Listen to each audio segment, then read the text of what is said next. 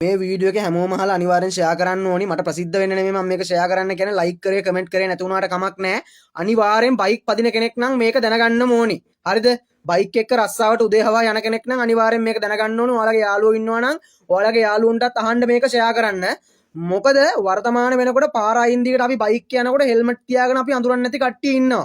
අන්න ඒ කට්ටියව අපේ බයික් එක නගගද්දී අපි එකපාරක් දෙපාරක් නෙමෙයි 100 පාරක් හිතන්න ඕනි. මොකද මේ දවස්වල ගංජා කුඩු ප්‍රවාහනය කරන්න කට්ටිය යොදාගෙන තියෙන්නේ ඔන්න ඔය වගේ උප්‍රක්‍රමශීලී මාර්ග. මොකද හෙල්මට් එකකුත් තියන රස්සාවට යන්න වගේ පාරයින් ඉන්නවා බයික් එකක් එනවා දැක්ක ගමන් ඒක හෙල්මට් එක පෙන්නලා අත දානවා. ඒකට හෙල්මට් එකක් තියෙන නිසා අපේ බයික් එකට අපි යව නග්ගගෙන අපි එයාව එක්කන් යනවා. එයාට ඕන තැනින් යාලා බහිනවා. හැබැයි මගදී පොලිස් මුරපොලක් තිබිලා ඔය පොලිස් මුරපොලට අහුනොත් මොකද වෙන්නේ? අපි දන්නේ නැහැ ඔය මිනිස්සයා අතේ ගංජා තියනවද කුඩු තියනවද අයිස් තියනවද කියලා. එහෙම මිනිස්සෙක් නෙවෙයි නම් කමක් නැහැ. හැබැයි උගේ අතේ ගංජා හරි කුඩු හරි අයිස් හරි තිබුණොත් අපිවත් අරගෙන ගිහිල්ලා හිර කුඩුවේ දානවා. මොකද අපි මත්ද්‍රව්‍ය ප්‍රවාහණයට පහසුකම් සැපයීමට තමයි අපිට නඩු දාන්නේ. ඇයි? පොලිසිය දන්නේ නැහැනේ අපි මගින් නගගත් එක්කෙනෙක්ද, ගෙදර ඉඳලා දාගෙන ආපු කෙනෙක්ද, අපේ ඥාතියෙක්ද, හිතවතෙක්ද කියලා පොලිසියෙන් දන්නේ නැහැ. අපේ බයික් එකනේ දැන් මේ කුඩුකාරයා ගංජාකාරයා ඉන්නේ. නේද? වටිනවා කියලා හිතන කට්ටිය මේක ෂෙයා කරන්න. මොකද අපිට තමයි නඩුව වැටෙන්නේ ලොකුවටම. නන්නා දුන්න මිනිස්සෙක්ව බයික් එක නගා ගැනීම.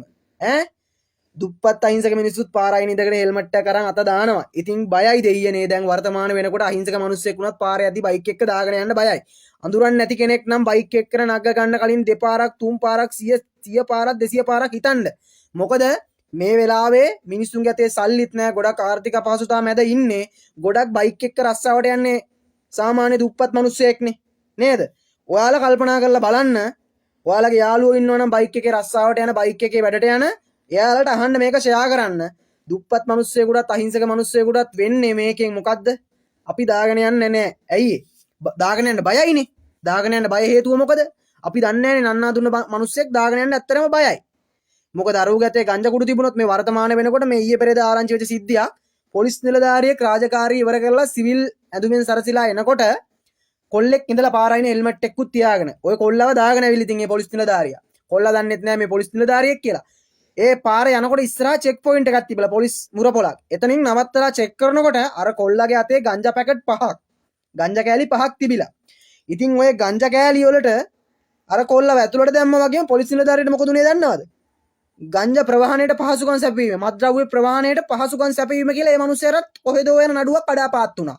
අනේ අර මිනිස්සයා මනුස්සකමට ඉතින් අර බයික් එකේ අර කොල්ලව දාගෙන ආවේ. අර පයින් යන කොල්ලනේ කියලා මනුස්සකමට දාගෙන ආවේ. අවසානට මොකද උනේ? වදින්න ගිය දේවල් ඉහේ කඩන් වටනවා වගේ වැඩක් උනේ. අන්න ඒ නිසා ඔයාලා හොඳට කල්පනාවෙන් සිහි බුද්ධියෙන් බයික් එකේ යනවා නම් අනිවාර්යෙන් හොඳට මතක තියාගන්න. නන්නා දුන්නන මිනිස්සු නග්ග ගන්න එපා. බයික් එකට විතරක් නෙමෙයි ඕගොල්ලෝ යන කිසිම වාහනයකට වීල් එකකට උනත් බයික් එකකට උනත් නග්ග ගන්න එපා. නන්නා දුන්න මිනිස්සෙක් අනේ පව් දුප්පත් අහිංසක මිනිස්සෙක් පයින් යනවනේ කියලා අපි නග්ග ගන්නවා. අපිට අවසානට අපි වෙනුවෙන් කතා කරන්න එකෙක්වත් නැහැ. ඈ